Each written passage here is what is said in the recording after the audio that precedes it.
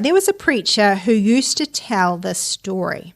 His grandfather was a preacher as well, and he was very poor. But he had a cow, which was a big help because they would get milk from it. And guess with milk you can make a lot of different things like butter and yogurt and cream.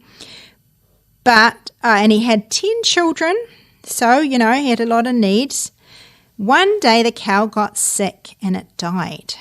So that's a big loss for them. That's like, losing a lot of their money. And his wife said to him, "What are you going to do now?" And he said, "I don't know what we're going to do now, but I do know what God will do. We need milk for the children, and he will provide for us." So he believes God is going to take care of them. Now, this is a big need. You've got to have food. That's one of our biggest needs. Now, the very next morning, there came in the mail a letter with $100 in it.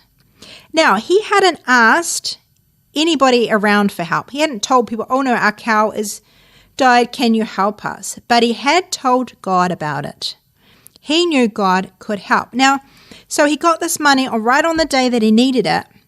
But a few days before, there were some men who had money and they were using that money to help different people. So they were distributing the money that they had. I don't know if they might have been they would have been from a church, so they were probably maybe using the offering money. So anyway, they were distributing this money to people that needed it, and there was $25 left. And one of them said, "Why don't we give it to that preacher down there? He's, he doesn't have a lot. Maybe we could send it to him." And another man who was there said, "Well, why don't we make it 50? Oh, and I'll give an extra $25. And another man added another $25. And so it was $100, even though the first person had just suggested, we're giving $25.